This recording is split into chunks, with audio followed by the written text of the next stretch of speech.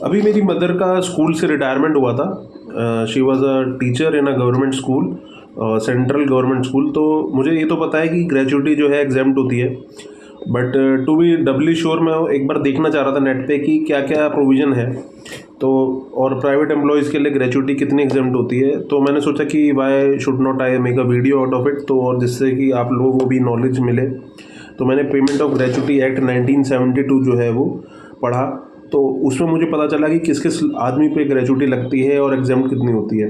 तो ये वीडियो आप एंड तक देखिएगा, बहुत छोटी सी वीडियो है, आपको सब कुछ चीज़ें क्लियर हो जाएंगी। तो ग्रेचुइटी होती क्या है? ग्रेचुइटी बेसिकली एक अमाउंट होता है जो अगर आप कुछ किसी एम्प्लॉयर के लिए काम करते हैं तो एक तरह से आपको उसका जो आपने काम करा उसकी मेहनत का पैसा आपको मिलता है। तो ये जो अमाउंट है ये किस किस केस में मिलता है? ये सिर्फ 3 केसेस में मिलता है। पहला केस होता है कि रिटायरमेंट या फिर रेजिग्नेशन, दूसरा होता है डेथ और तीसरा होता है सुपर एनुएशन। तो इन 3 केसेस में ही ग्रेचुइटी मिलती है। सुपर एनुएशन मुझे पता है आपको नहीं समझ में आया होगा। सुपर एनुएशन ऐसा फंड होता है जो आपने जब डिपॉजिट करा दिया एम्प्लॉयर के पास कि वो धीरे धीरे आपको पैसा मिलता रहे। तो इन 3 केसेस में जो है जो ग्रेचुइटी मिलती है। और ग्रेचुइटी अप्लाई किन लोगों पे होती है वो बात डिस्कस कर लेते हैं। ग्रेचुइटी उन्हीं लोगों, जैसे आप मैं कहीं पे जॉब कर रहा हूँ तो ज़रूरी थोड़ी मुझे ग्रेचुइटी मिलेगी, तो मुझे ये चीज़ पहले कंफर्म करनी पड़ेगी कि मुझे ग्रेचुइटी मिलेगी भी या नहीं। तो ग्रेचुइटी मिलती है अगर आपने 5 साल उस कंपनी में जॉब कर ली हो। जैसे आज चल रहा है 26 फरवरी 24, तो 26 फरवरी 24 से 5 साल यानी 26 फरवरी 29 तक अगर मैंने वहाँ काम करा, 5 साल मेरे हो गए, तब मैं ग्रेचुइटी के लिए मुझे मैं लायबल हो जाऊँगा कि मुझे ग्रेचुइटी मिले।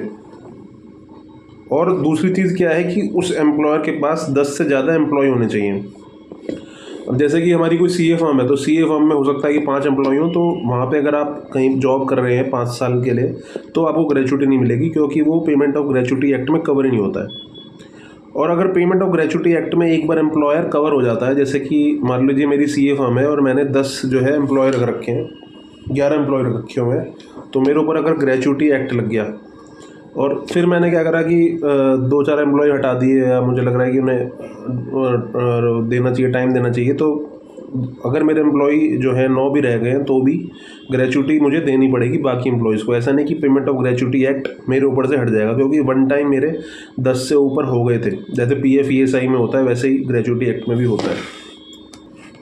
अच्छा, तीसरी बात इसमें यह है कि ग्रेचुइटी जो है सिर्फ फुल टाइम एम्प्लॉयज़ को मिलता है। गेस्ट टीचर, स्टाइपेंड होल्डर, जैसे सीए के आर्टिकल होते हैं तो वो तो 3 साल ही हैं वैसे। तो इस तरह के जो लोग होते हैं जो ट्रेनिंग करने आए हैं, अप्रेंटिस करने आए हैं, उन लोगों को जो है ग्रेचुइटी नहीं मिलती है। जैसे कंपनीज़ पे एक लॉ होता है कि कंपनीज़ को, जो इंडस्ट्री होती हैं, उनको अप्रेंटिस एक्ट में अप्रेंटिस रखना पड़ता है, मैंडेटरी है। तो अप्रेंटिस रखने के लिए अगर वो 5 साल से ऊपर भी कर रहा है तो वो कंपनी का कोई भी एम्प्लॉय नहीं बनता है, वो अप्रेंटिस ही रहता है, तो उसको ग्रेचुइटी कभी नहीं मिलेगी।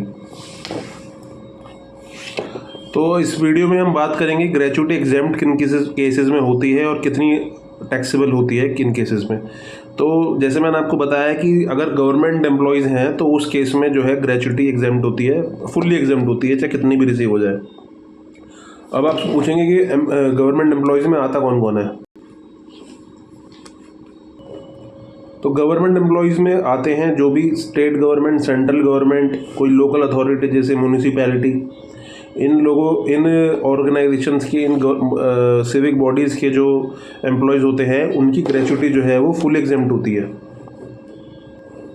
अब बात करते हैं कि ग्रेचुइटी जो है प्राइवेट एम्प्लॉयज़ के लिए कितनी एग्जेम्प्ट होती है। तो ग्रेचुइटी जो है प्राइवेट एम्प्लॉयज़ के लिए टैक्सेबल होती है। तो और उस जैसे ग्रेचुइटी सपोज आपको 20 लाख रिसीव हुई, अब आपको उसमें से निकालना है कि मेरी ग्रेचुइटी एग्जेम्प्ट कितनी है। तो ग्रेचुइटी एग्जेम्प्ट इन 3 में से लोअर ऑफ द फॉलोइंग होती है। जैसे एचआरए होता है ना, ऐसे ही ग्रेचुइटी होती है। जैसे 20 लाख आपको रिसीव हुई, उसमें से 3 कंडीशन आपको देखनी है कि उतना अमाउंट एग्जेम्प्ट हो जाएगा। तो ये 3 चीज़ें क्या हैं? ग्रेचुइटी रिसीव्ड, जैसे अगर इस एक एग्जांपल की बात करें तो 20 लाख रुपए सपोज आपको ग्रेचुइटी रिसीव हुई, तो उन 3 पॉइंट में देखें तो पहला हो गया ग्रेचुइटी रिसीव्ड, ठीक है। दूसरा है आपको जो है उसमें जो आपकी लेटेस्ट ड्रॉन सैलरी थी उसका 15 दिन की सैलरी निकालनी है, बेसिक प्लस डीए। जैसे मेरी मदर का दिसंबर में रिटायरमेंट हुआ तो मैं क्या करूँगा, दिसंबर की सैलरी स्लिप उठाऊँगा, उसका बेसिक प्लस डीए जोड़ूँगा और उसको 15 साल की सैलरी से मल्टीप्लाई कर दूंगा। सपोज़ एग्जांपल के लिए मैं बात करूं, जैसे 50 मदर की सैलरी बेसिक प्लस डीए मिला के 50,000 हो जाती है, ठीक है। तो अगर मेरी मदर ने सपोज़ 15 साल काम करा है तो 50,000 का 15 साल उतना जो है वो सेकंड पॉइंट हो जाएगा, ठीक है। जैसे एक दूसरा केस लेते हैं, जैसे कि सपोज़ मेरी सैलरी है 1 लाख रुपए, बेसिक प्लस डी 1 लाख रुपए दिसंबर 23 का, और मैंने 22 साल जॉब करी है, ठीक है। तो 22 साल जॉब करी है मैंने, तो बेसिक प्लस डी मेरा है 1 लाख रुपए। तो 1 लाख रुपए को 15 दिन की सैलरी के हिसाब से निकाला जाएगा, ठीक है। तो 15 दिन की सैलरी कैसे निकालते हैं? 15 दिन की सैलरी निकाली जाती है 15 डिवाइड बाई 26। ऐसा क्यों करा जाता है? क्योंकि 30 में से 4 दिन संडे मान लिए जाते हैं। तो मेरी सैलरी कितनी होगी? 1 lakh into 15 divide by 26। 1 lakh का 50,000 नहीं करूँगा मैं, क्योंकि 15 दिन की सैलरी अगर मैं करूँगा तो 15 डिवाइड बाई 30 तो 50,000 हो गया ना। मैं 1 लाख इंटू 15 बाई 26 करूँगा। तो ये बात आपको ध्यान रखनी है कि जो पहला 3 पॉइंट मैंने बताया था ना एग्जाम्प्ट क्या क्या होने, पहला है ग्रेचुटी जो रिसीव हुई है, दूसरा मैं बता रहा हूँ लास्ट ड्रॉन सैलरी जो मेरी 1 लाख रुपए है, उसको मल्टीप्लाई करना है इंटू 15 बाई 26, इंटू इसको 15 दिन की सैलरी निकालने के लिए 15 बाई 30 नहीं करना है, 15 बाई 26 करना है, और मल्टीप्लाई करना है कितने साल आपने काम करा। जैसे मैंने 20 साल काम करा, 22 साल काम करा, तो उतनी हो जाएगी। तो अभी अगर मैं 1 लाख के हिसाब से चलूँ तो 1 लाख इंटू 15 बाई 26 ये कितना आ जाता है?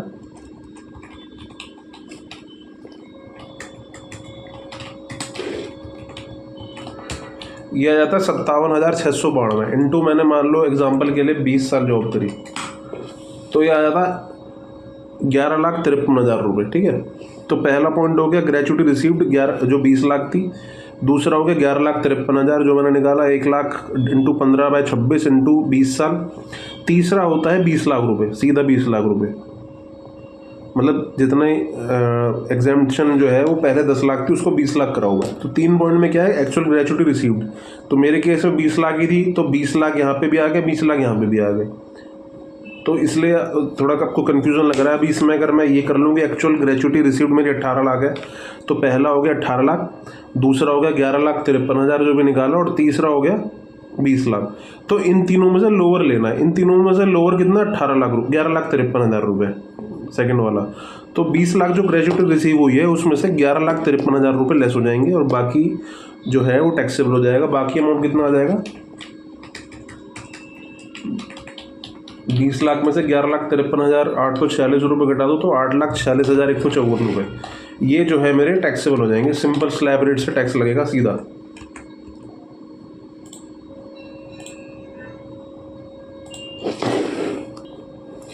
अच्छा, अब इसमें एक और केस जोड़ते हैं।